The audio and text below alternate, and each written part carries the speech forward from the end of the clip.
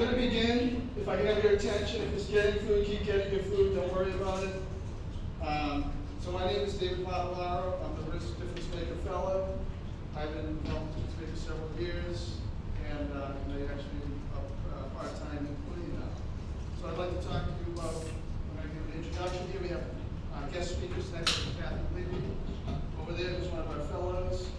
We have Kevin Willett over there, who's one of our fellows. And Rick Sherber is a guest tonight. And we also have one of our fellows here, Ray Mansfield, who's also here with us. And our director is Holly Wallace, who's not with us tonight, but I'm sure many of you have gotten an email from her. And if you have any questions, feel free to ask me or Holly. These are our other fellows. So we have basically, there's one fellow that, or one or more fellows that represent all the colleges on campus. You can go for them for guidance if you need it. And they'll help you, and if you have to go to multiple ones, that's okay, but I already introduced the ones we have right now that are here tonight. So the next step, so tonight we have our workshop 4, delivering your rocket pitch, where one member of each team is mandatory to be here, so welcome. And then on March 21st and 28th, we have a rocket pitch coaching, so I haven't had a chance to schedule the Zoom sessions. You can email me today, but I will be getting that tonight or tomorrow morning, and we'll get those scheduled in your schedule. But they're due on March 28th, the presentations are due. If you're looking to win funding as an Idea Challenge fan favorite, you need to submit a poster by that date, March 28th at 5 p.m. also. So if you get through that's one of the other options you want to do. April 6th, we have the preliminary pitch offs, where basically what will happen with those is you're all going to be presenting there, and then from there we go to the Idea Challenge, where 10 teams from the preliminaries will go, and the rest will have the option to win fan favorite. Tonight's agenda, we're basically going to have a rocket pitch preview, we're going to have some team examples, 3-point stick and bio bubbler, and then at 5:55, Rick Sherber is going to do pitch recommendations for everybody. So, Kathy, I'm going to pass it on to you. Thank you. Welcome, everybody. Can you hear me okay?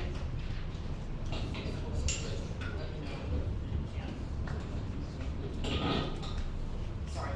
So I welcome you all tonight to the last of the workshop series. I'm excited that you're getting closer and closer to presenting your pitch. Oh, thank you. I can't even see my side. Sorry about that. So, as I said, really this is exciting to see you all here, or at least a member of your group, doing some really interesting work, and it's going to continue as we go on. So tonight, we're going to be talking about how to deliver the rocket pitch, and there are some handouts that go along with this presentation. We'll go over it. So a pitch is, as I think of it in terms of baseball, it's when that pitcher throws something. But what you'll be doing, in a sense, is a variation of it. You'll be throwing out your ideas to the judges, who are similar to investors, and you're going to try to convince them that your idea is worth pursuing. And we're going to go over the 4 major templates that the Difference Maker outlines for our students in terms of guiding you in making an effective pitch. So,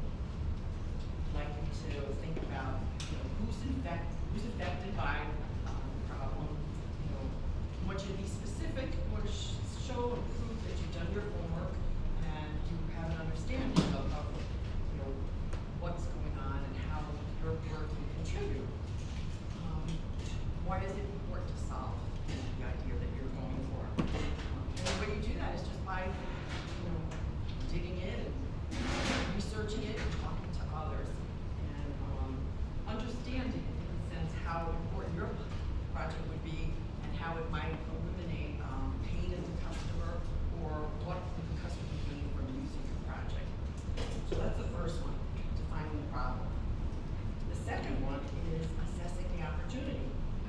And in that case, you want to continue to show that you know what you're talking about, or at least getting there. And you want to clearly identify how the problem can be addressed.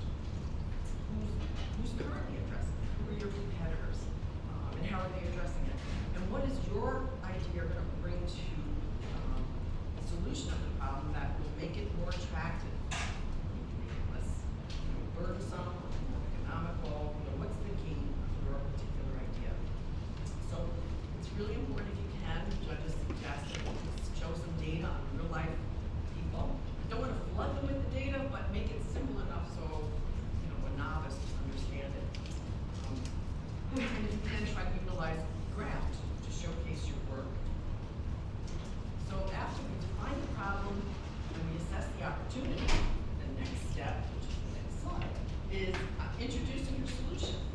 So we want you to, if you can, clearly describe what it is you're going for. What is your focus? What is the problem that you'd like to solve? What value does it have? We talked about that sometimes in terms of value proposition. How is it new? How is it unique? And how is it innovative? So we also would like you to think about how will you continue to sustain, how will it grow? You're not going to have all the answers, but you can anticipate some of the questions that I'm sure you'll discover right from the beginning, but also as you go ahead and do more of your research. The third part of the template is to identify resources. And by that, it's try to give an estimate of how much you're going to need for the difference maker, and why you need the money, and how is it going to help fund it. How will you acquire the things that you need to solve your problem? So how would you use difference maker funding? And try to break down the cost per resource. And then finally, believe it or not, is C questions. You want the question and answer period. As I said, it's a 5-minute pitch, and then it's 10 minutes for the judges to come back and answer questions. So, some overall considerations, they call it additional considerations on the handout, I think there, is try not to get caught up in jargon. I think that might help in terms of making it, simple language, understandable. Maybe, yes, you might have some experts there with you, but in a sense, you're the expert to this point of your idea. Certainly, hopefully be open to others' ideas, but speak and address the audience as if they might not know anything about what your idea is about. Practice it, practice, as they say. Try to keep it simple. Again, focus on the message, the core part of the message. Sometimes it's good to tell a story. A narrative can always help. You can talk about maybe somebody that you interviewed and how it might impact them and so on. Think about customer pain. What is the person worrying and how are they going to benefit from your idea? How will your solution help solve it? And we have some wonderful examples tonight that Professor Willett will demonstrate past projects of what students have done in terms of solving some very unique problems. Don't read the slides, which is what I'm doing, so don't do what I'm doing. You're going to learn a lot about what not to do. We have our communications expert, Professor Sherman, coming up here and helping you to learn how to present your work. Use note cards, so this is my invitation, note cards. Couldn't find one home, so I got this little book with this note cards. And again, keep it a time limit. And the resource library. And then, and I think this is an important one in terms of additional considerations, it's always good to have like backup slides. Again, don't flood them with it, but if they should ask you a question, just say, oh, I have this addendum, show the slide in terms of anticipating questions that you might have. I recently saw that with faculty interviews, and we have young students. Oh, that's right. Go ahead, sir. Would you put those like after your appendix? Yes, I think so. I think that would be recommended. So you wouldn't want them to select, but then you have it there. The person asks you a question about, oh, how much is it going to cost in this geographic area, or whatever. Not to open a new document, like have them right there. Yeah, I would think have them there. I mean, if you hear other people tell you to do different, you go ahead, but I would say just have it available, but not as part of it. The sort of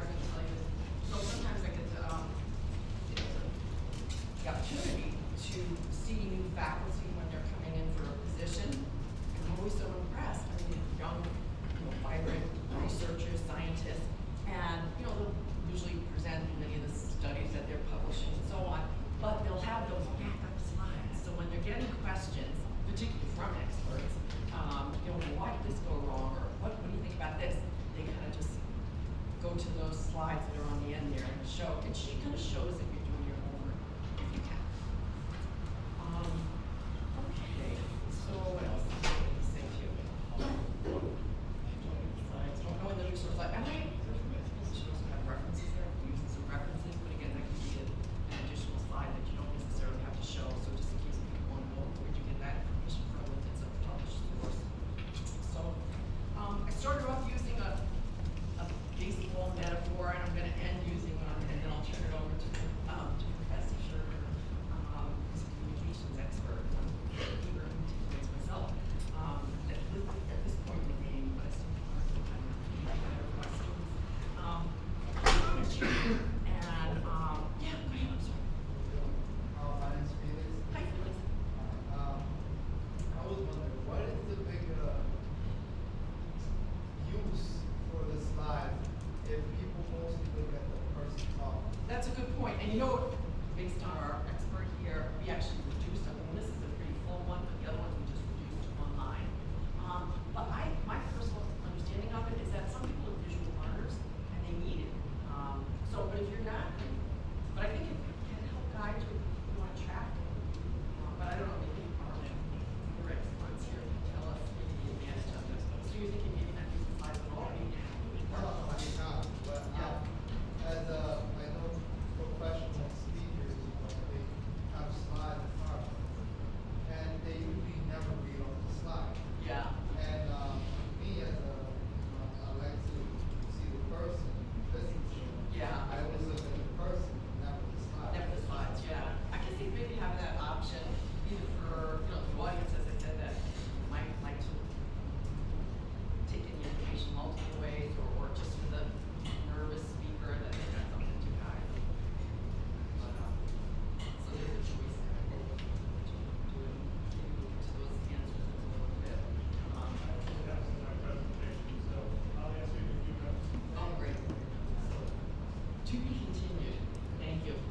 Okay, so anyway, I was saying, this baseball metaphor that I have here, you're on this journey, and you're discovering it. And I might have to walk to you. I'm not a business expert, but I just love being part of this program to see young minds really contributing to making the world a better place. So whether you win or you don't win, you've already won being here. You've already hit the ball out of the park, the baseball metaphor. So pat yourself on the back, learn from it, grow from it. You might win, that'd be great. And it might not be your time this time, but go with it, continue with it. And then if you realize it's not for you, this particular one, use the tools that you gain from this process. So congratulations, I look forward to seeing the next presentations that you have. I have the pleasure of introducing Professor Sherman, who's a communications expert. We're locking him in Professor Willett, who's continue to carry on with this. So thank you. Enjoy the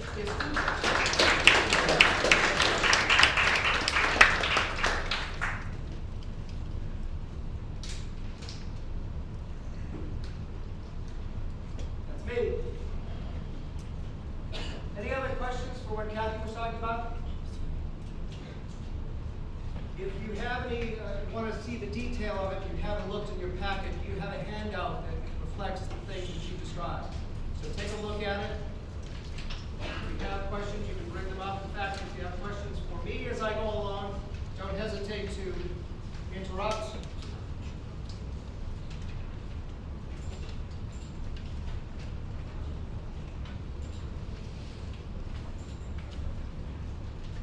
And Felix, is that what you said?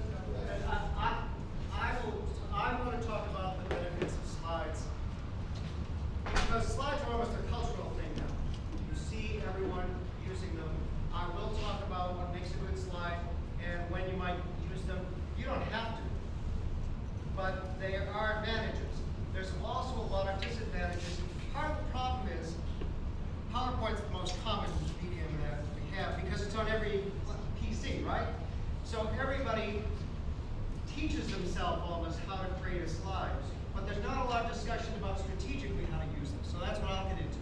And then I know that Kevin is going to be getting into some specific examples of good slides, bad slides, good presentations in a little bit.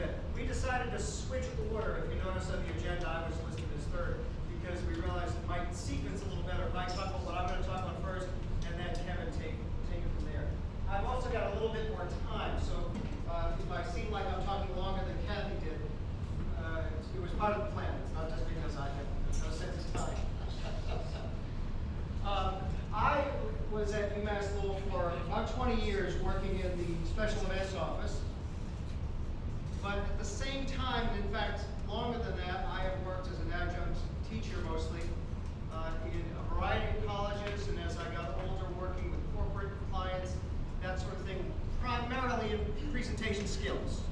So as a result, when you do that long enough, somebody keeps saying, well, he's the expert, he's gonna just present it to you. Everything that I'm gonna present to you is arguable, is debatable, and I'm going to make the best case for it I can, but there may be things that you hear and say, oh, I don't know if I can do that, I don't know if that makes sense. My job is to make it make sense as best as possible in the time that I have. So, see what I did here, the challenge of presenting the idea. I kind of switched the idea challenge name a little bit. By the way, my name is Rick. If you have a question, you feel free to call me Rick. There's an important point. When Holly asked me to do this particular workshop, it was something that I realized we agreed on before we even got started talking. And that is, what is it that the judges are evaluating when you present? First thing is, and the logical thing, the soundness of the idea. That's what they want to know. But it's not just the idea that they're evaluating, because otherwise, why couldn't you just write a paper and send it to them? So the other thing they're evaluating is the team, you, and how you present. That's part of the picture and how you work together as a team. So we'll talk about you individually, but I'm also going to join Holly on many of these one-on-one virtual appointments and then some live appointments as time goes along. We'll talk about some team strategies too, how to strengthen. I don't know about you, but when I was in school, the idea of working in a group was not a thrilling idea. As nice as it is to work with friends, sometimes you get people that you don't know, and they can't make the appointments you want to make, and they don't have the same ideas that you have. So it's a challenge to work in teams sometimes. So I'll talk about, at least in the presentation, how to strengthen your appearance, the impression that you make as a team as well. But tonight we're going to talk especially about you. Three things I'm going to cover: building confidence, energizing your message, and using visuals. In there, I'm also going to talk about the role of microphones, because you'll have that option. I don't know where, besides Maloney Hall, where are the preliminary contests going to be held? O'Leary in the mezzanine. That's right, that's the word for that. The mezzanine. Not presentational spaces. The mezzanine was not created. It was created to be a silent study area, not to be a presentation forum. So we'll talk about the role of microphones, especially when you're working in spaces like that, and big spaces in general. Before I get to that, let me ask you a general question, and I appreciate someone for participating. When you speak in front of a group, anytime, how do you want to appear? In fact, I'll give you a few words.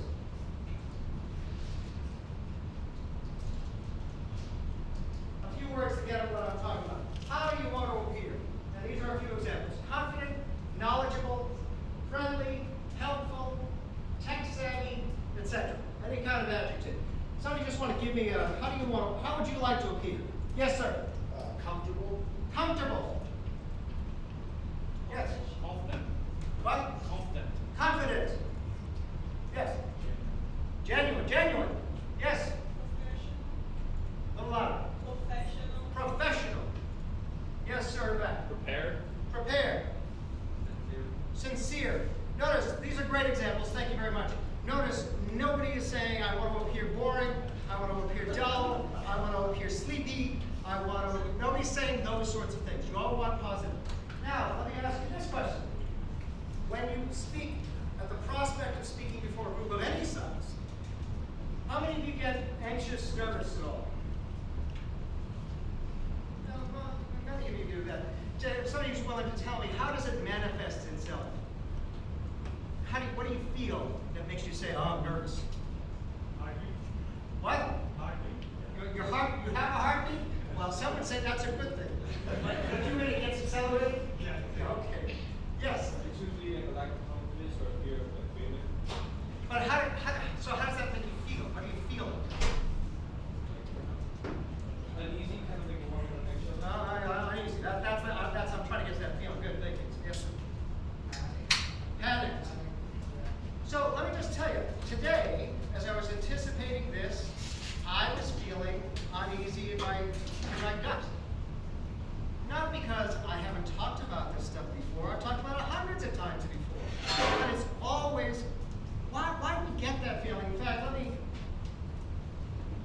share this with you. Good if I actually push the button. Take a look at this for a moment.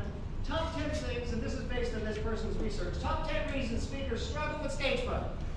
Look at some of the examples. You're self-conscious in front of large groups at the top. Poor breathing habits down here at the bottom. Discomfort with your own body and movement. Do you notice there's one up there that's kind of an odd one? Narcissism. Why narcissism? Why would narcissism be the reason for uneasiness? Yes? Come off as everything. Well, it's a little bit reverse from that. Sometimes we feel remember these are the causes of nervousness because we're figuring we're going to be the center of attention. And some people love that. Some people will say, oh, I hate being the center of attention. And they'll say it so much, they become the center of attention. So it's kind of a pleasurable odd thing. At any rate, these are the common reasons. Can anybody think of something that's not up here that may be a reason for those feelings of uneasiness? Yeah. Maybe not eating. Maybe what? Not eating. Not eating? Yeah. Probably days. I know sometimes if I have like something but sometimes you may I see what you're saying. Or maybe having too much coffee. I like coffee, but I have to be careful before I present. Yes, sir? I say if you feel like you're unprepared, you're not ready. If you feel unprepared, those will give you, that's kind of similar to some of the ones up here. But there's a whole lot of logical reasons. Yes, before then I'm going to go on one more. I can't really see what's on the street. Can't really see what's on the street? If you have like a speech impediment that you just feel with. So you're self-conscious maybe about, maybe self-conscious because of a speech impediment, if that's the correct phrase. Or there's something about you, something about your behavior that you feel self-conscious about. One more, just since you had your hand up, Phyllis. Fatigue, being tired. And you're working hard, you're preparing these things, presumably right up until the last minute. You get stressed because you get tired. And doggone it, when I have to give a big presentation, I find myself waking up a lot the night before, which is exactly counter to what I need to feel good.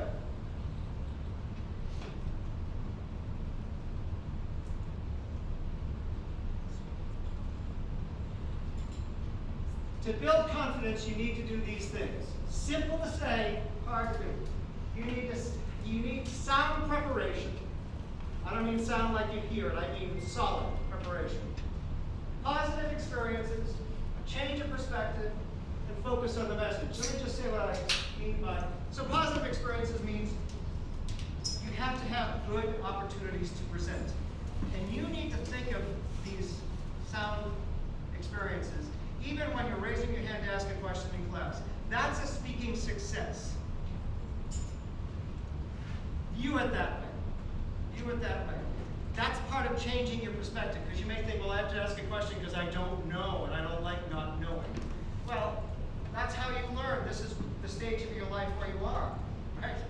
Is to find things out. So asking a question successfully is a kind of positive speaking experience. Changing perspectives means, there's a book I've been reading recently called Confident Mind. Confident Mind.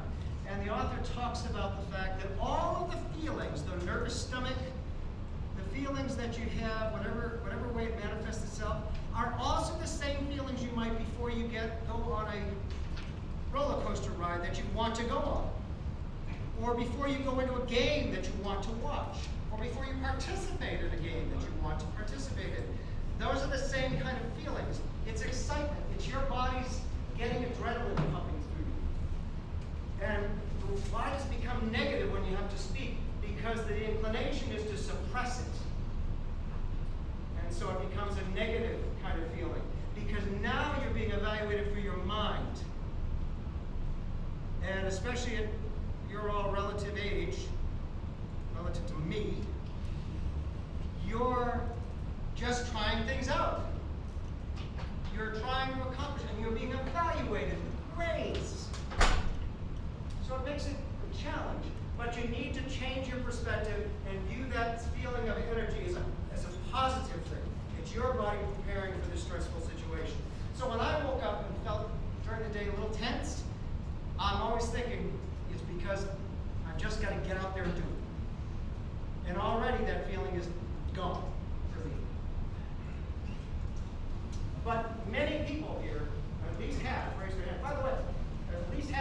raised your hands when I asked you if you feel nervous before you speak. There is no correlation between someone who doesn't feel any nervousness and a good speaker. Somebody says, oh, I'm very relaxed. That's the person who may not come across as caring about the audience, caring about how things turn out. No guarantee of correlation between those two things.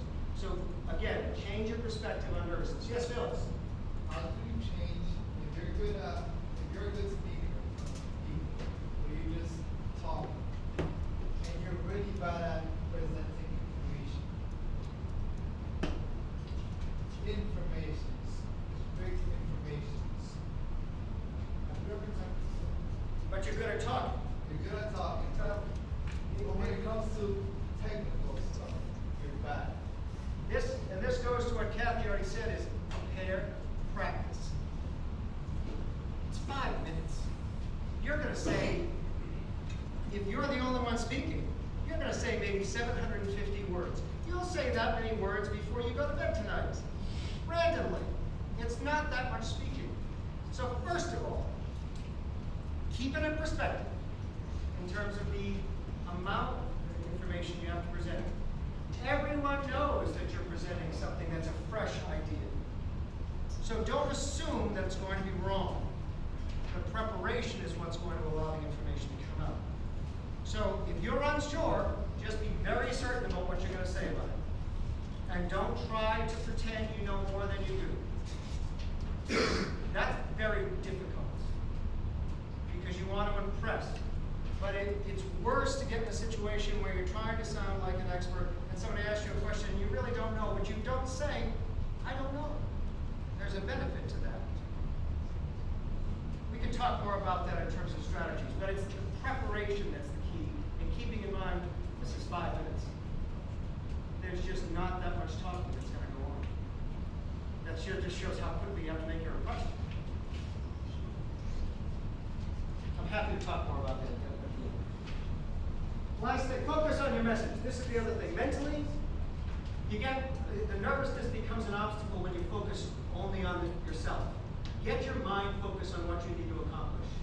And that will also be a release for the stress. It's so easy to say it as I stand here. It takes some time to do it once you get actually doing it, but it's practice. Practice will help you have these pressure releases. Now, I want to talk about the difference between being these things, being confident, being knowledgeable, and seeming confident, seeming knowledgeable. Wouldn't it be an advantage to, if you're inside, you're thinking to yourself, I don't really know if I can present this information, but seeming like you are comfortable? Well, there's an advantage to that too, and you need to consider those things. This pie chart here is based on the work of Albert Mehrabian. I don't know if any of you have ever heard the name. He was a professor at Yale. Most of his work, I think, was in the 70s and 80s. And he was all in nonverbal communication. And he summarized his work this way, that how you look accounts for 55% of what the audience believes about you. How do you sound? 38% is what they believe. And only 7% is what you say. Now, I don't know if the numbers are that accurate, but it's more or less, everything I read about nonverbal communication is more or less says this. Now, some people say, isn't it terrible? I don't think so. It's human. Think about it. Have you ever looked at somebody and you're trying to determine if they're being straight with you? You had to buy a car.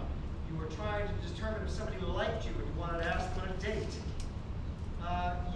And they might say, oh yeah, that'd be fun. Let me do this. I was wondering if you'd like to go out Friday night. Oh yeah, that'd be fun. Does that sound like the person means it? No. Probably not. If they say, oh yeah, that'd be great. That sounds, it's not just the words, it sounds different. Conversely, if they say, oh yeah, I can't wait, oh that'd be great. That's also a concern. You evaluate it on how they look, how it sounds. It's human. So, all this means is it's worth thinking about it because you're not just emailing these paper to them, you're actually presenting it. Every one of you who gets up and speaks. And even when you're not speaking, but you're within sight, people are looking at you, assessing you. That's life, unfortunately. So, some recommendations.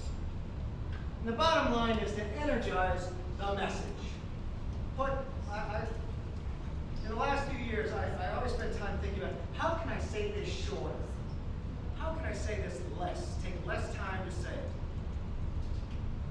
To answer the question, what makes a good speaker? And I could give you an hour on that. I'm giving you one of us an hour on it right now. But a good speaker is someone that, as they deliver a message, does it with positive energy. And I'll tell you where I learned this. I have a dog for the first time in my life. Just got it 4.5 years ago. And he's a challenge. So I started studying, taking care. Have you ever had a dog? And if you've had other pets too, but I know dogs, this is my experience, that dogs react to your energy. So if I walk into the room and say, "Oh, don't do that," he doesn't react to the words, he reacts to what he hears in my voice. And he does that. All right? Versus if I'm calm, confident, sounding, he responds in kind because he knows I'm in control. And it made me think, that's what we have to do as presenters, because people are drawn to a sense of positive energy. Think about the people that you like, that you're friends with. What drew you to them? It probably wasn't that they seemed really blasé and uninterested in you. They showed a positive draw to you, in whatever form that took. So that's the first thing. And I use a baseball metaphor too. This is Mookie Betts, I think, in these pictures. In the first picture, so this is how to the positive energy manifests itself. Mookie Betts is up at bat. Any sport, this works for any sport, but I'm going to use the baseball now. The first thing, he is in a ready position. Whatever position it is that a baseball player needs to stand at the plate, they're ready. Knees are bent, they're bent, and they probably do a little bit of that to try to take the tension out because they're feeling a little nervous at having something thrown at them at a high velocity. Be in a ready position. Focus the eyes, and in the second picture, he's focusing on the ball. I realized when my son was little and trying to learn how to hit a baseball, the eyes are very important, and that's not a given. That took some explaining. And then use positive energy in movement and voice. So ready position, focus your eyes, positive energy, movement and voice, a word on each of those. A ready position, this is Cindy Fitzgibbons, weather person here in the Boston area. I picked it because she's the closest to the ready position that I can find. Ready position means when you're standing up, balanced stance, weight evenly distributed, feet about hip distance apart. You come out here so you can have a shot at seeing. Don't lock your knees just like the baseball player, but you don't have to do this. But you stand there comfortably with your hands at your side. So keep your hands empty. Now, I have been using this, you might have a remote in your hand, and you have to use it. So, use it. Just don't let it become a fixation. Something you play with. This is why we often say don't hold a pen in your hand when you're at an interview. Because before you know it, so you'll be clicking it or something like that. Nervous energy gets negative energy, takes charge. Positive energy, so if you're going to hold this, hold it as lightly so it's just a feather in your hand. Better yet, I like to just leave it there and use the keyboard. So my hands are free. Move with purpose. Don't overvalue movement. Some people say, I like to move around. Well, and I move around, I know I do. But I try to always make sure it's with purpose. Because I used to, when I first was teaching, I used to do this in front of a classroom. Almost this fast. And I had someone who was feel like a caged animal. Well, and you said, well, what's the big deal? I'd like to be able to move. If I had a TV screen here with your favorite movie or something playing on it, and you might be distracted and you're watching the screen. But if I did this, if I took the handles of it and I did this while you were watching it, you'd find it really annoying. After a while, you'd get tired and say, I'll watch it later. Because now I'm making you watch a tennis match at the same time. You're trying to watch the movie. The movement doesn't help the message. So you can move, but just make it purposeful. And this goes for these things as well. So you may say, oh, I've been told I talk too much with my hands. Usually people who talk too much with their hands, quote unquote, is because they do the same thing with them all the time. And they're in constant motion. You can use them to be descriptive. So when I got here, I parked over across Street Crossing. I came over the bridge, I drove over, and I pulled around back to try to find a parking spot. And I'm doing things that suggest, that reinforce what I'm saying. It's a visual component to what I'm saying. Why? Well, partly because it helps me relax this specific movement. Because it burns that nervous energy. Right from the get-go, I do it. How does it help you? It reinforces your message, especially if any of you speak English as a second language. And I don't want to take a survey. I know that there are challenges to that. My goodness, bravo to be able to converse in multiple languages. I wish I was better at it. But just as someone mentioned the speech impediment, you might feel self-conscious, not sure I'm not using the right word. This purposeful movement of the hands helps. I had a young woman several years ago in a class, and she was telling us a story. She was from Colombia. She said, we went fishing, and we were standing out on and she was doing this. And she couldn't think of the word. What was the word she was trying to think of? What? The dock or the pier. And half the class said pier. Yeah, because she was showing it. And it was supportive of what you were saying. So, not that you have to be in constant motion with the hands, but don't be afraid to use them in a directly have meaning value gesture, as opposed to simply gesticulation.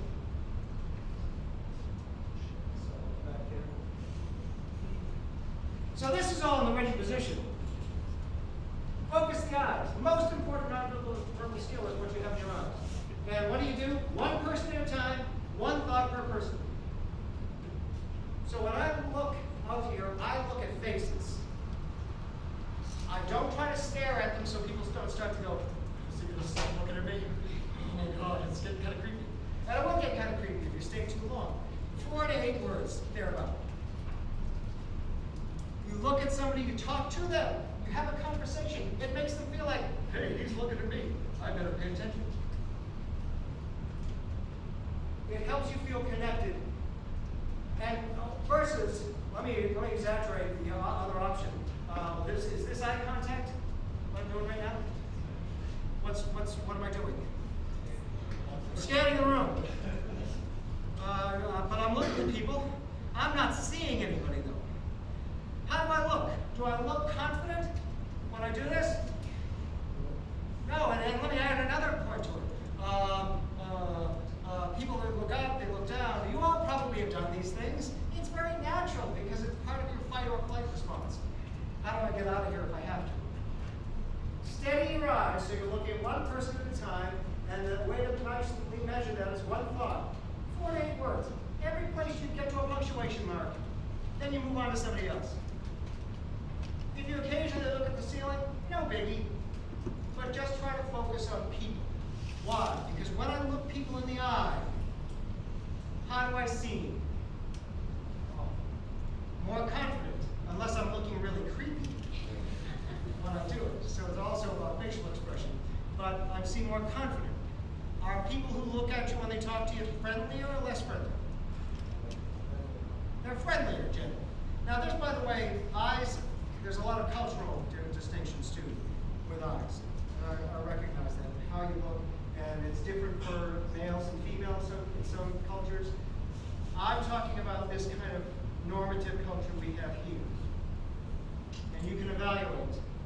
works for you in other instances. One person at a time. And by the way, I forgot to mention, I really love this picture because in this photograph, this person in the 1995 outfit, because it's an old picture, is the only one in focus. Everybody else is blurry. That's because when I'm looking right now at Felix, everybody else is blurry in my view, and I'm focused on him. Then I can look at someone else.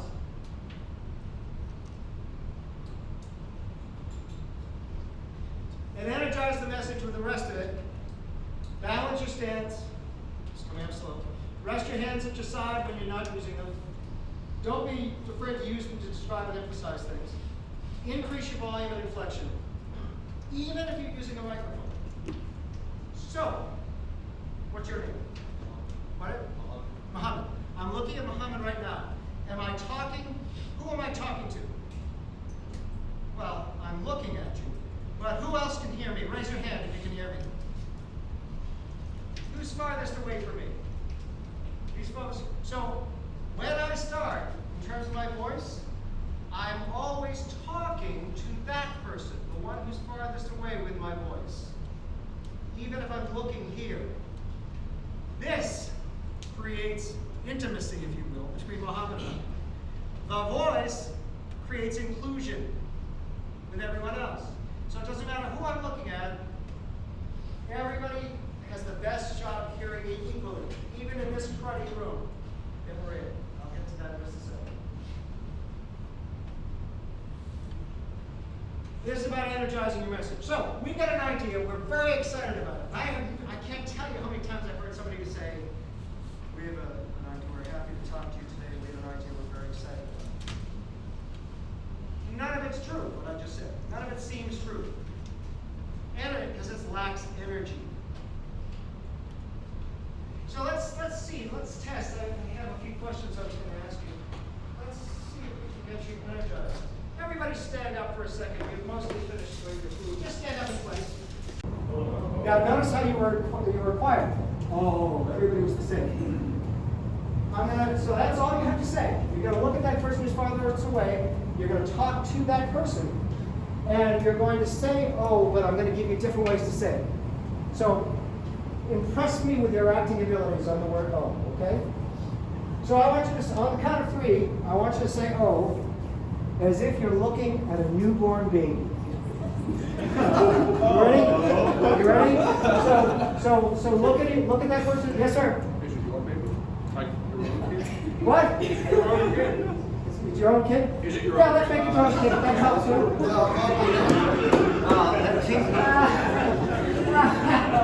No, it's someone who's returning, we're not sure. Whoever that works for you, that's fine. On 3, I want you to give me an O as if you're looking at a newborn baby. Ready? 1, 2, 3. Oh. Wonderful. Now a different one. I want you on 3, you're going to give me the sound of O when something heavy falls in your foot. 1, 2, 3. Oh. Great. Now you see someone either hit a last-minute home run or score a last-minute goal. 1, 2, 3. Oh! And finally, you're on 3. You're very, very sorry. 1, 2, 3. Oh, that's wonderful. Sit the hell down. I will assume you are all fantastic. What I heard though was, because sometimes people say, my voice is really strong.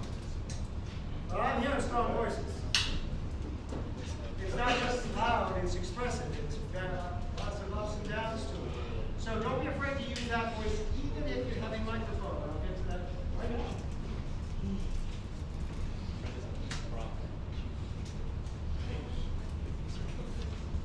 I'm going to save this piece of paper. It's a lot of notes. It's sticky. How many of you have used a microphone? Feel free to get something if you need to get something. How many have used a microphone in the past? A few hands over here, but not everybody. How many of you don't ever remember using a microphone? All right, but you probably haven't used one more than once a semester, maybe. I'm going to bet that, unless you have a job as an announcer somewhere, but that would be pretty unusual. They take some getting used to. What's the, well, let me just go right to it. Is using a microphone a good idea? Yes, sir. I would say it depends on the space that you're in, if it's really needed. If it's really needed, yeah. Yes? It depends on the space. I want to come back to that. Yes? You're not using one, so I would say no. Yeah, because you want to suck up to me. I get it. That's it. Not exactly, but I wouldn't use that as a reason. Yes, sir. Why don't you put parameters? Are you in a big space or small? Well, these are the important things. Is it? I'll come back to that. Yes. I feel like it depends on the person. If you have a hard time protecting your voice, then definitely use a microphone. But if you have a problem, Okay. Yeah. If you don't have trouble projecting your voice, maybe you don't need one. Yes. It tells the audience to put their attention on. So if you're holding a microphone, It kind of directs their attention. Yes. I think it takes the intimacy away as well. You can use it when you don't need one. Say it again. It could take away some of the intimacy of a conversation. Yes. If you use one, it can take away some of the intimacy. And goodness knows, we want intimacy.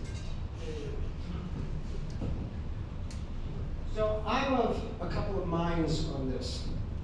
Because, and I'm like I know sometimes people will say, and I've seen people at this campus say, I don't need the microphone, do I? I have a pretty good voice.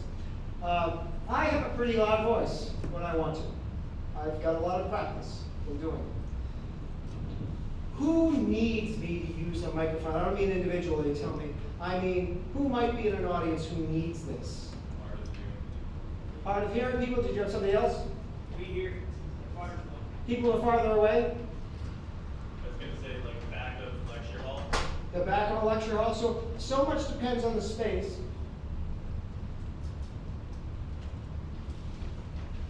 Is using a microphone a good idea? Voices are affected by direction, distance, space, acoustics, and audience capability. It's just physics. So, if you look at this red blob here is me. My voice, without the microphone, moves away from my body in all directions. But it moves the most strongly, as evidenced by this bigger arrow in the middle, where I'm facing. So people over here, my voice may be a little softer than these gentlemen right in front. If I move over here, and let's say my voice is softer, and I like to move. I can express myself, and I move over here. Now I'm talking over here. I may as well have left the room as far as the people over there go. Likewise,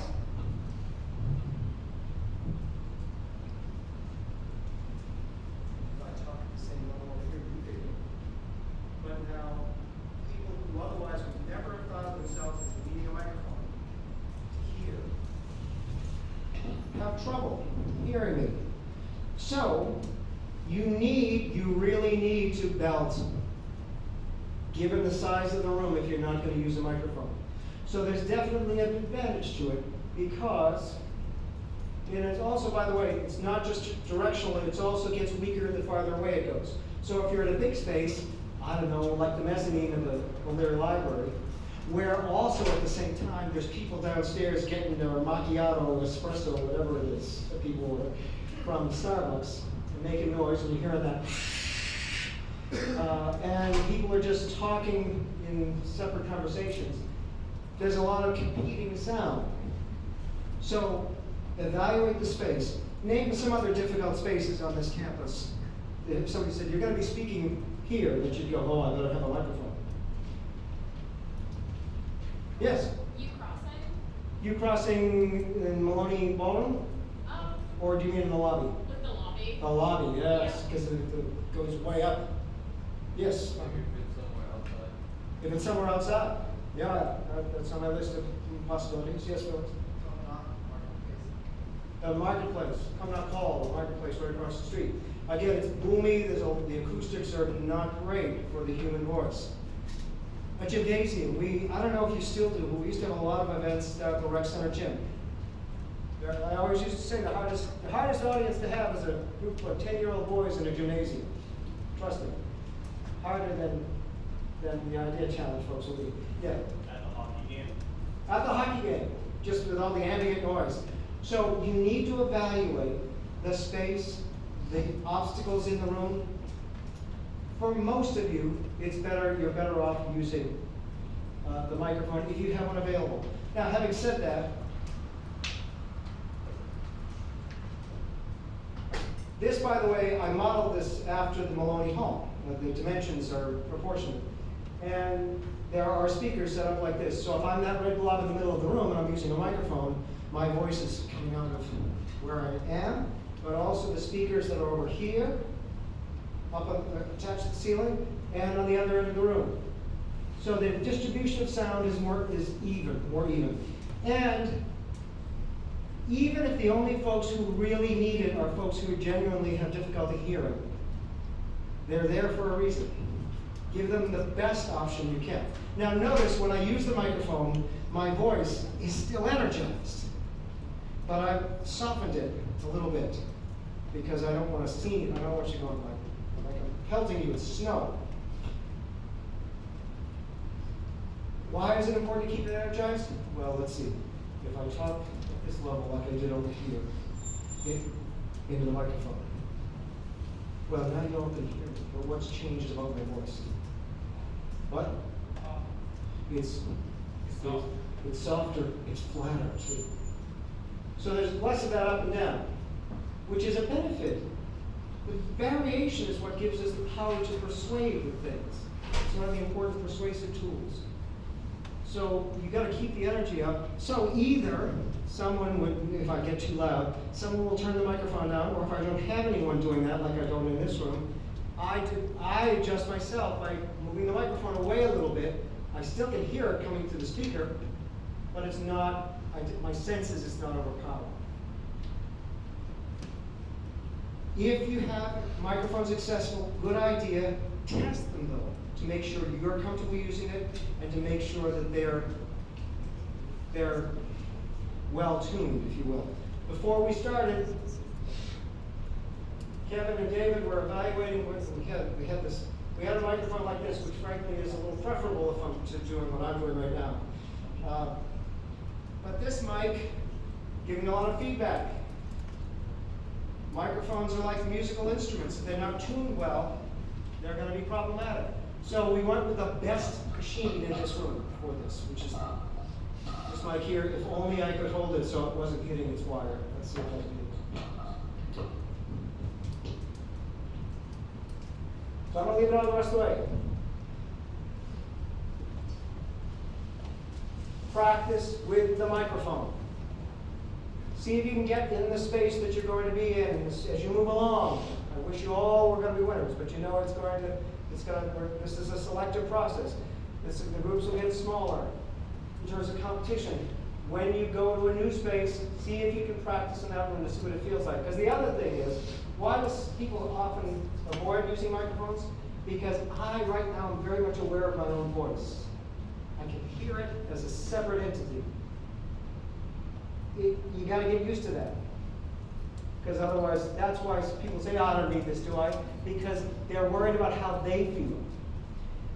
As a speaker, you need to be focused on what helps the audience more than what helps you. And this also goes to whether it's your slides, how you organize, whether you use sound. Any questions or comments before I go on? Good.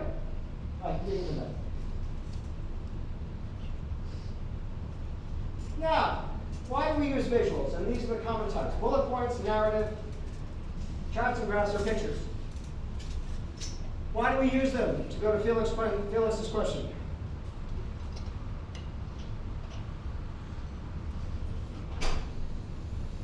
Yes, sir. Keep the audience's attention. To keep the audience's attention. It's eye candy. I hadn't thought of that. It's an attractive. They can be attractive. Did somebody else raise their hand? Yes, sir. To explain it, like a narrative. To help explain, to help better explain whatever it is, whatever form it takes. Yes, sir. I'd say it's probably similar to hand movements, where it's more like additive to what you're saying. I'm sorry, I couldn't quite hear. So I was gonna, compare them to the hand movements that you're talking about, Oh. using them, it's just an add-on to what you're saying. It can amplify what you're saying, yes, that's.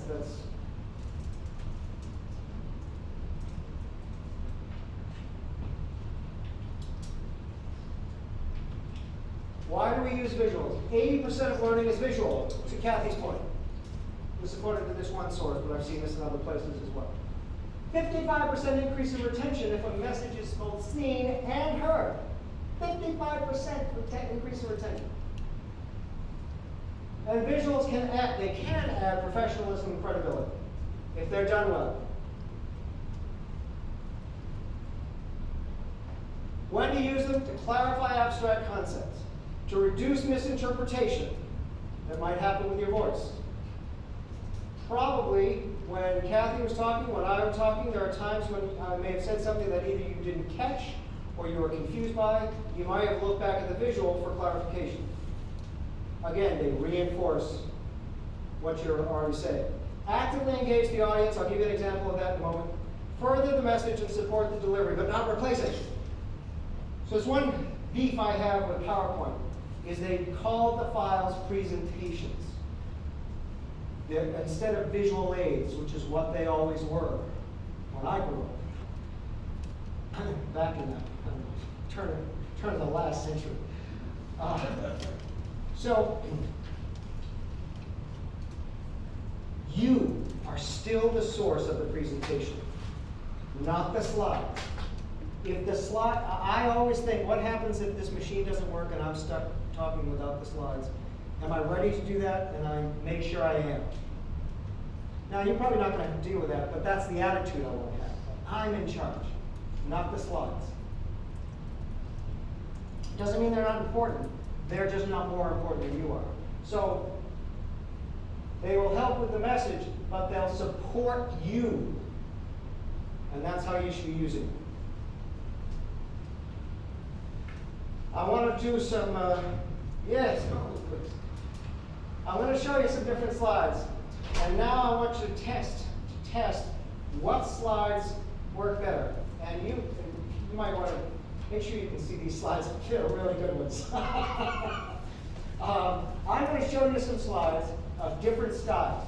Styles mean bullet points, narrative, couch graphs, pictures, etc. I'm going to give you a very short time to look at them. I'm not going to say anything about them. And I want you to tell me what you remember about each slide. You understand what I mean? So the first couple of slides are bullet point slides. And I'm going to count in my head slowly to 5. Then I'm going to go back to blank. And then I want you to tell me what you remember that you saw. Don't critique the slide. I want you to tell me what you remember about the content. Ready? Here we go.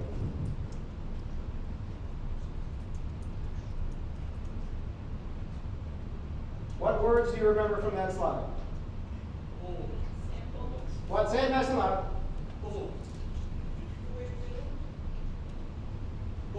Goal, sorry. Goals, somebody said something over here. Sample. Q&A. Yeah. Exploit. Exploit? I think it's exploit. Exploit? Competitive, Competitive? Any other words that you can think of? following, Something about analyzing the competition. Something about analyzing the competition. Okay, now I'm going to show you another slide. Tell me what words you remember from this slide. Same amount of time. Here we go.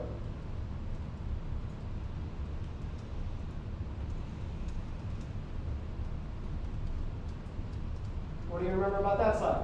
Yes. Say it very loud. Success. Yes. financial strategy for success. Financial strategy for success. Analyze the competitive landscape. Analyze the competitive landscape. Any others? One more before I go on. Make my point. Agenda. What? Agenda. Agenda. Thank you for bringing it on home. What's interesting about that is these two slides are two versions of the same slide. This one was presented in a class I taught many years ago. In fact, I even cut it down for wording. My point here is, and this goes to your question, Felix, earlier. What are the essential physical characteristics that are different between this slide and the following one? Yes. Slides, bigger font size than the. Bigger font size. Fewer words. There may be some other differences too, but even those are significant. Bigger font size, fewer words, but what's interesting is, and this has happened every single time I've shown these two slides, is that people, always, not just as a percentage, but they remember in absolute terms, more words from this slide than the other one. They can absorb it faster. More like a billboard on a highway. When you go by a billboard on a highway, they don't want you to be doing this as you're driving. They want you to be able to look at it, take it in a couple of seconds, and be gone. Similarly, as visuals, you don't want people to have to study it too long. Let me show you a different representation. Again, I'm going to give you less time to look at this slide. This has to do with the presentation of numbers. Simple example, but you'll make the point. Again, I'm going to give you 3 seconds to look at this slide. Here we go. What do you remember about that slide? Dates and population sizes? Did you have it? The dates increment by 25. Say again? The dates increment by 25. Increments of 25? Yep. Low population? All right, I'm going to show it to you a slightly different way. Tell me what you remember about this.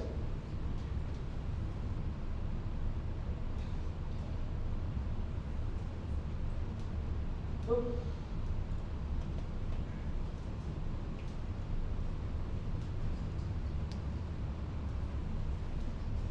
What do you remember about that graph?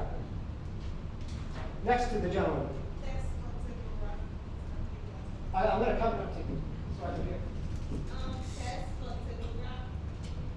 Say again?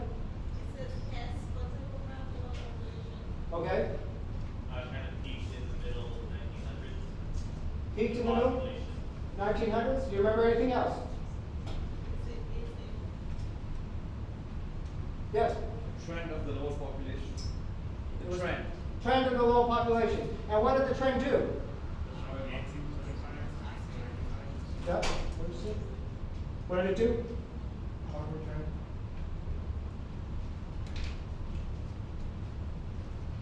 What's interesting about my point here is it's the same information presented in a way which helps remember. And usually, people not only can say everything that you said, but somebody invariably, and you started to do, wait a second, you started to do this, they actually will go, they'll draw it accurately in the air. They'll gesture it to me. It's because, so this is, remember I talked about slides can, if they engage the audience, you want them to engage the audience. I think that's engaging the audience at a different level. This is why graphs, rather than just putting up a spreadsheet with numbers, which I've seen people do. Because it shows the story. I used to have an instructor in graduate school who would look at a graph like this and he'd go, ooh, because he saw something in the graph that was eluded me. What he saw was the drop off and then the rebound. Does anybody know why this happened? By the way, the low population? Yes, sir. Wars, What's that? like World War I, II. Not the primary reason, but war could have something to do with it, yes? Mills shut down. The mills shutting down, were you going to say something different? The what? The automobile industry. Not directly. The mills shutting down is when the peak starts to diminish. There was a lag effect because the mills started to shut down for here. But why did they rebound? And by the way, that rebound happened in 75 or so. Yes? The technology boom. Wang Laboratories became a big thing in Lowell. So it brought the population, and different groups of population came. In the 80s, we had more Cambodian population move in. In the earlier increases, it was Irish immigrants, it was French-Canadian immigrants, it was different people were drawn here at different times for different reasons. But they were drawn here because there was opportunity. And you can see that's in the graph. You need to know. So you're telling the story of what's in the graph, and that's your way of presenting information. But you're doing it in such a way that tells the interesting story. It's about people. The test for a table or a graph, is it easy on the eye? And is its point clear? And generally speaking, all of your visuals, now this may be different from what you're normal, so this is one of those times where I have to make the point. But most of the sources I've seen, each visual should have one message to it. So if you look at your visuals and say, well, there's a whole bunch of stuff they have to understand in this, can you simplify?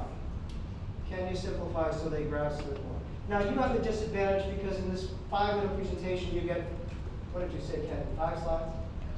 5 slides to talk about. I always opt to do more slides, but put less on them. That's my own bias. For this reason, to help people grasp it faster. What's the benefit of using images? We've talked about words, and words have their place, but they're limited in terms of their memorability. Pictures, illustrations, photos. The benefit, they provide immediate impact and make material more memorable. That's the goal of pictures, illustrations, or what was the third one? Let me look back. Photos. If it's appropriate. So don't just throw a picture on a slide for no reason, because audiences will try to interpret this. But don't be afraid to use them either if they help you make a point. For example, somebody, one person, who's this? The Grinch. Who stood up the Grinch first? Somebody over here, I thought I heard something. Can somebody in 2 sentences, or maybe 3, explain the story of the Grinch? Yes? Stole Christmas from the Who's. He stole Christmas from the Who's. He didn't like Christmas? Yeah, he didn't like Christmas. And why did he go after the Who's? Because they loved Christmas. They loved Christmas, and where were they? In Whoville. They were Whoville, which was The bottom of at the the bottom of the mountain. When was the last time you touched that book?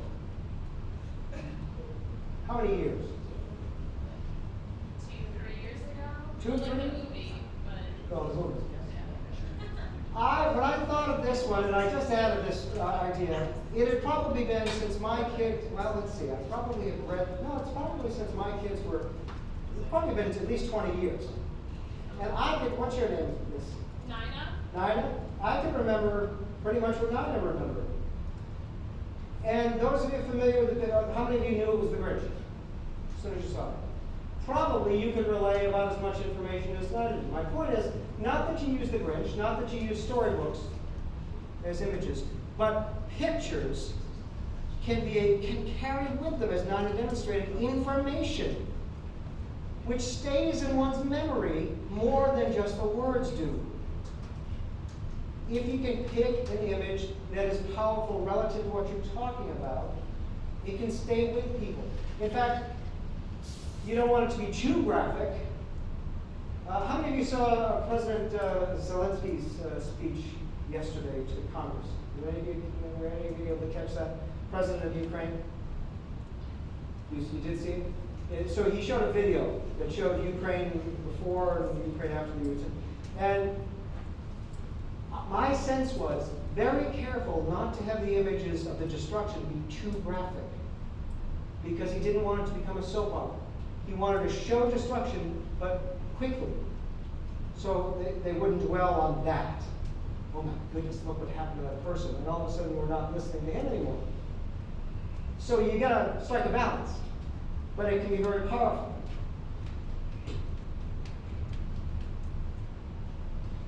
A couple of examples of pictures that can help you explain things. In this case, this iceberg can be used as an analogy for hidden costs. It's often a common use of icebergs to talk about hidden costs, because as the picture shows, most of an iceberg floats beneath the surface. You can't see it. That's why the costs are hidden. So this is sometimes used as an image. It's a non sequitur to your presentations, except that it could mean what are the hidden costs. Another one I like to use for a bit of humor when I was teaching a communication class and talking about the importance of listening was this image that I found in a magazine. A little humor, a lighter touch. but it reinforces the idea of the importance of listening.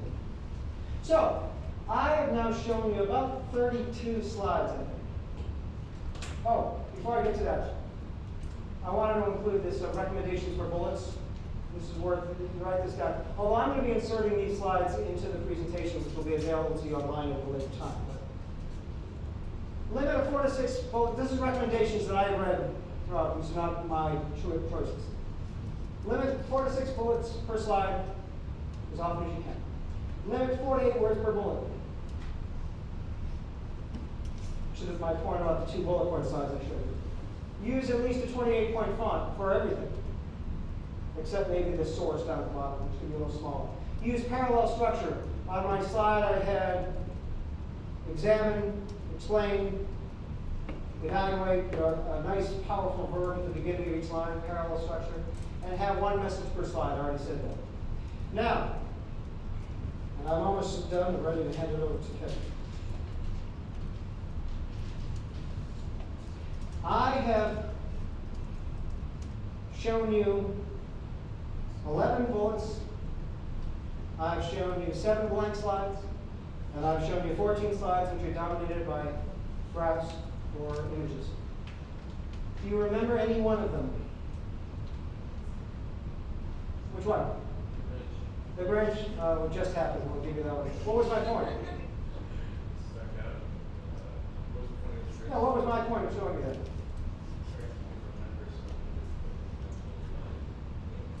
That you're going to remember something that's been implanted in your mind over a long period of time. Somebody in the back, raise your hand. The benefits of visual presentation. The benefits of. Yeah, the one that shows 88% of the. You're explaining the bridge. Yes, I thought you were talking about a new slide. So it was about the benefits of using images. Yes, sir. The hidden costs with the iceberg, The hidden cost of the iceberg. What was the point of that? that you can sometimes only see the top, and a lot of times the bottom part, like, is hidden. And the only important word I wouldn't want to leave out of that is it's an analogy. The iceberg is an analogy. Yes. That's what I was gonna say. That was in, Do you remember any of the earlier ones I showed you all the way back an hour ago? Yes, sir. The baseball one, What about the baseball? What was my point there? I like your read up body language to give a presentation. So there were 3 pictures. What was Stance, stance? and ready and swing. Getting ready to swing. There was one more picture in there, but that's pretty good. Yes? The weather lady, where you're talking about like the stance, like keeping your arms like at your sides and The weather lady? Yep. Did you have somebody else raise their hand? One more. When you were talking about microphones and you had the arrows showing how well your voice carried the different rooms. How the arrow showed. Whenever I do this, almost never does anybody pick one of the bullet point slides. I showed you 10 of them. Aren't they good? Well, they serve a purpose, but they're not as memorable. Don't put your most memorable stuff into bullets if there's a better way of showing it. Every image I put up here, it's on purpose. It's not just decorative. So think creatively about how you show information. You've got 6 weeks. Do the best you can with this to incorporate some of these things. But I've sort of a hell of a lot of stuff for you to think about here. Any questions?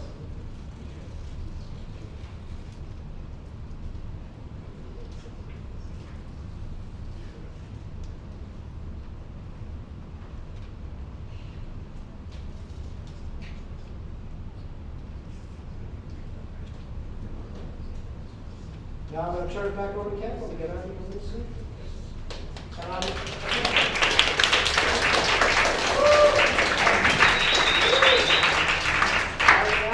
going to say, and I'll be around, hang out afterwards if anybody has any further questions.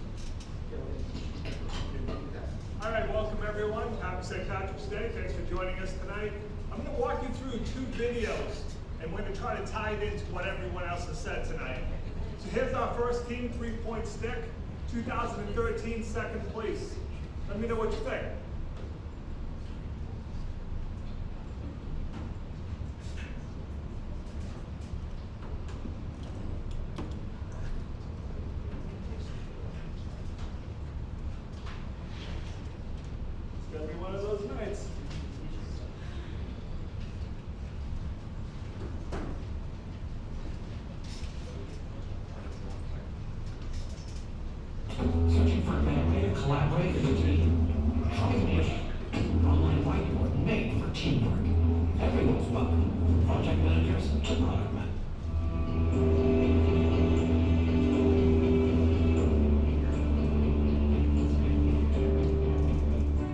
So, how many people here today know someone who's had back pain? People with back pain are actually within the majority because non-impact injuries like back pain are at epidemic levels. The American Pain Foundation tells us that up to 80% of us will experience back pain at one point in our lives, and up to 27 million Americans are suffering from back pain every single year. The American Medical Association tells us that since 2004, we have more than doubled the amount of money spent towards these issues, and on top of that, the American population are reporting more pain and more disability related to the issues. We're spending up to $86 billion related to issues that don't even trace back to a severe injury or a severe illness. And as rehab specialists, what we're starting to see is people have completely lost their ability to move properly through the hips while maintaining proper spinal posture and breathing mechanics. Now, we tend to try to correct these issues with things like verbal cues, but we still often see a disconnect between how we would like the client or patient to move and how they actually move. But that's not their fault, because verbal cues mean absolutely nothing until you can actually feel what we're talking about. So we truly believe, in order to eliminate this disconnect between client and professional, and to help take people out of this unnecessary pain epidemic, is to bring verbal cues to life, so that you can actually feel what it's like to move well, and so that it's no longer just a verbal cue. If you're someone that loves to be in complete control of your own body, while constantly reassuring yourself of right versus wrong during exercise and training, then you are going to absolutely love the new innovative product that our team has developed for both rehabilitation and injury prevention. Ladies and gentlemen, it is my honor to introduce to you the 3-point stick, a precisely engineered collapsible dowel with a slot to accommodate dual elastic breathing straps. You feel the breathing straps expand and contract around your abdomen, assuring you of proper abdominal breathing mechanics. Maintain 3 contact points with the dowel to assure you of proper spinal posture, and feel yourself lose a point of contact as you come out of proper alignment so you can immediately self-correct your own movement. The 3-point stick is already proven to work. It's patent pending. It's free of complicated technology, free of sensors, and free of batteries. We have a doctor and 2 expert physical therapists supporting this product and have already expressed the fact that we, as a profession, need this product. Currently, our target market will be movement professionals, consisting of about 500,000 professionals as of right now, and estimated to be about 700,000 professionals by the year 2020. We will need funding for LLC formation, trademarking, manufacturing and production, marketing material, and further developing our marketing model in order to bring the 3-point stick to the people, to help reduce healthcare costs, and to bring people to a level of function that they never thought possible. Ladies and gentlemen, the 3-point stick represents a higher standard for movement quality, and if brought to the market, I promise you, the 3-point stick will make a difference. Thank you. So what'd you think? He's a really good presenter, right? Who wants him on the team? I'm taking him. He's a great presenter. But, always gotta be a but. Let's look at the slides. Maybe you're gonna change your mind.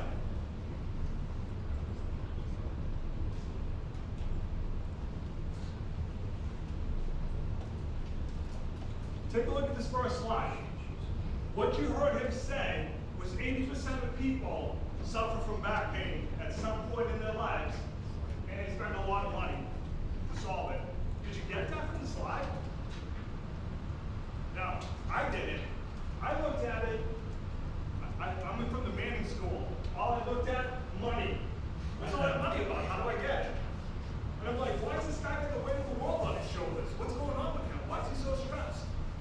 Hang on. So I was like, I don't know. I don't know if I get it. Earlier, Felix asked about the slides. We're going to talk about that. I wear hearing aids. This room is a nightmare for me. So I got to crank it up so I can hear you, but all I'm getting is the feedback. So I'm like, the whole night. Got it? I didn't have this. What's that? I didn't have this. Oh, okay. So 80%. Did you get it? No. Check this out. I think it's going to get worse. What does this slide mean? I'm looking at it going, okay, I know you said there's a disconnect. Verbal cues versus feel. They don't fit together. But my problem is I don't know what verbal cues were. Remember, Calvin said don't use jargon. They did. I'm like, you know what I did today, honestly? I emailed a professor over in the science department. Tell me what verbal cues were. I'm like, I gotta pitch this tonight.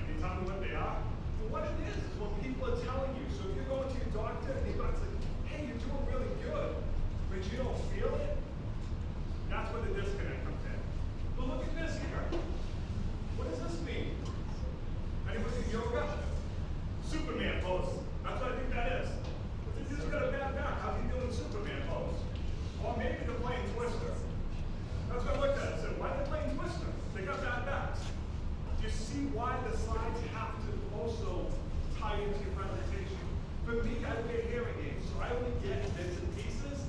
So when I get to the second slide, I'm like, you know what I did? If I was in the audience, I went to look for cookies. I'm like, I don't know what's going on. I just gave up because it didn't work for me. So be really, really careful about how making sure your slides tie in. Especially, you gotta think about your audience. Now, if everyone's in science, we know what real degrees are. I'm a business professor. I didn't know what they were. So then I'm like, all right, I don't understand what he's saying. But remember, he's a really good presenter. So sometimes when you're a good presenter, you forget about the slides. You're like, just put me in front of him, I'll close the deal. That's how he comes across. He's really, really confident. To Rick's point, he's a dynamic speaker. But I'm going to show you another presentation entitled Why Maybe I Like That a Little Bit Better. So let's move on. So here's BioBubbler. I gotta admit, it's one of my personal favorites. Let me show you what they did.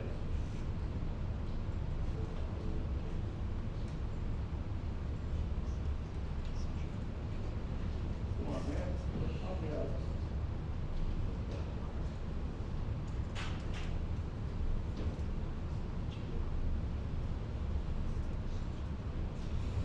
Hello, my name is Noelle Khan, and my name is Rachel Paquette, and today we'll be talking to you about the BioBubbler.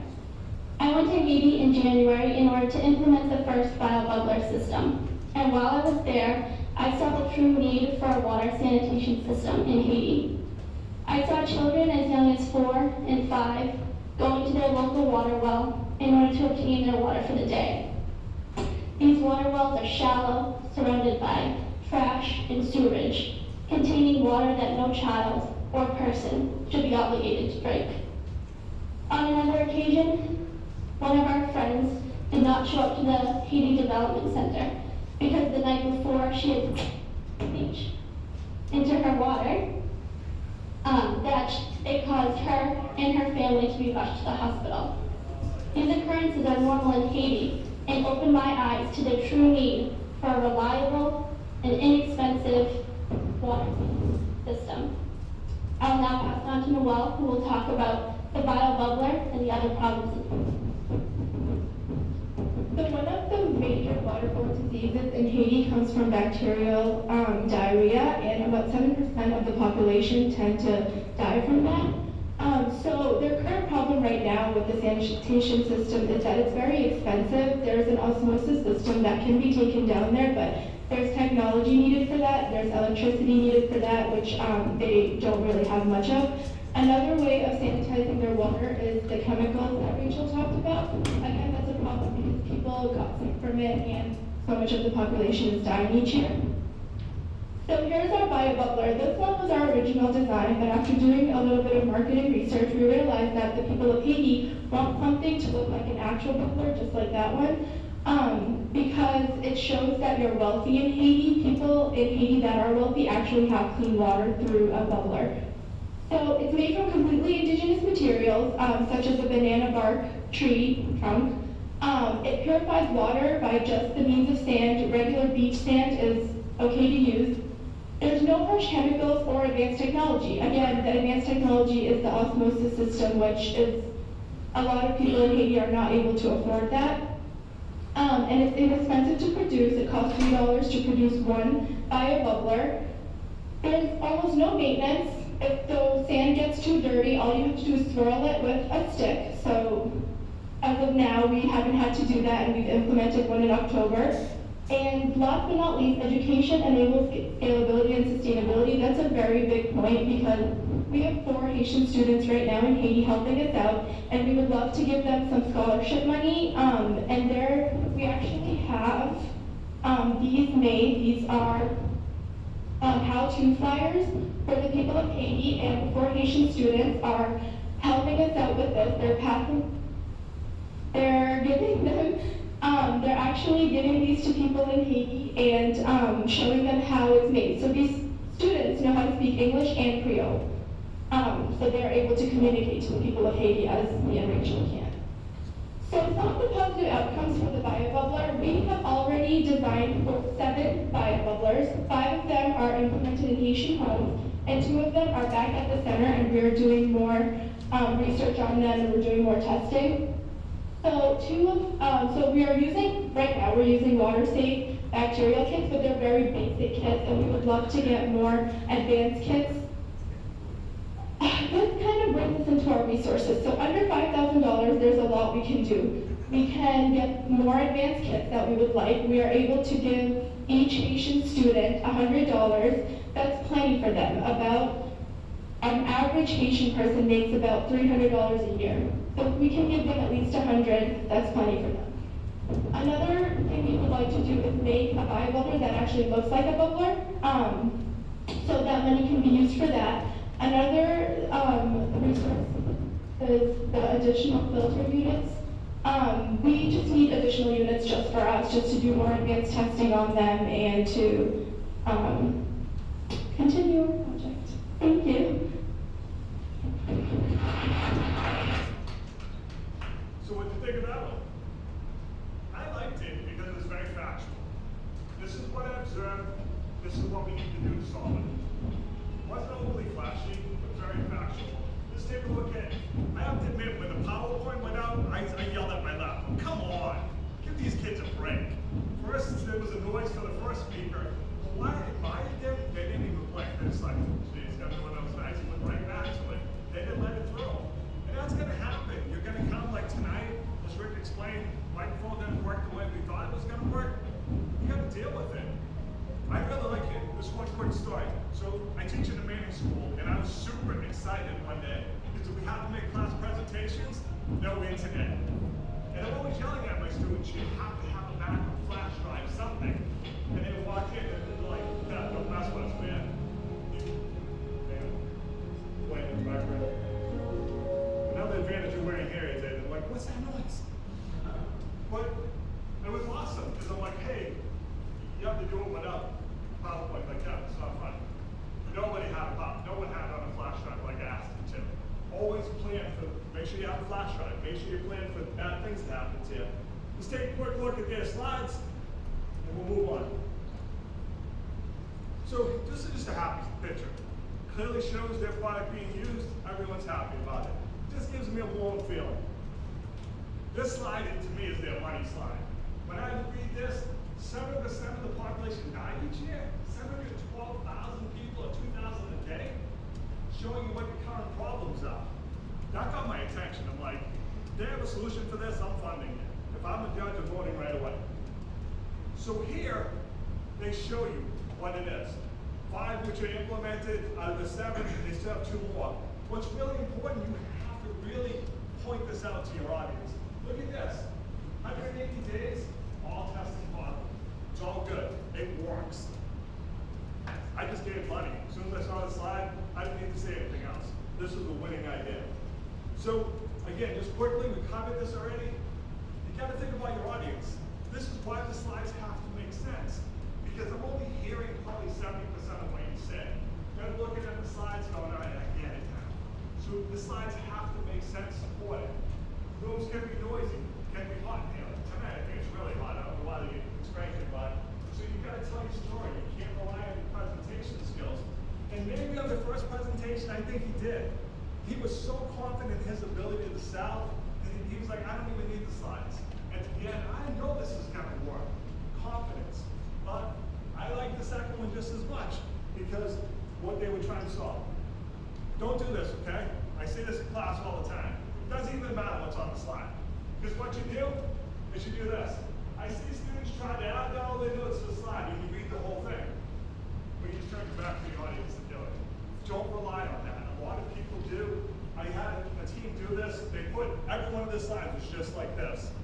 The whole time they had to turn around to read it. So just don't do that, okay? All right, so we're just going to close up the presentation for tonight. Here's your cheat sheet. This is what the judges are looking for.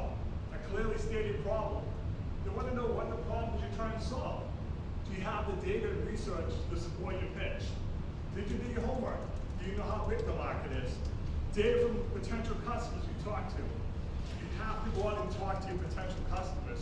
Just because you think you have a problem, only your customers can tell you if you do. Your market opportunity. Who's your target market, your competition? I find a lot of students skip this. They'll describe to me a problem that someone's already solving successfully. So you gotta think about it. The value and uniqueness your solution offers. Why is it better? How will you sustain and grow it? One of the things that happens is we start a project, we're in college, and then we graduate. We have somebody on the team that's gonna continue it. Now, you're gonna continue it. Then you understand what it would take to implement your solution, what do you need for resources. And a clear statement of how difference-making funds will be used. The judges wanna see that. How are you gonna spend the money if you win? That's really important. Don't skip that step, okay? And here's the next steps. We're not gonna read them all to you. You can see them right there. There's all the due dates. Make sure you hit all the due dates. Make sure you email and call you about the mandatory one-on-one. That is important. And don't forget, we have the evaluations in the back for tonight. Please see the interns. They're gonna pass them out. Thank you, Adam. Thank you. All right, very good.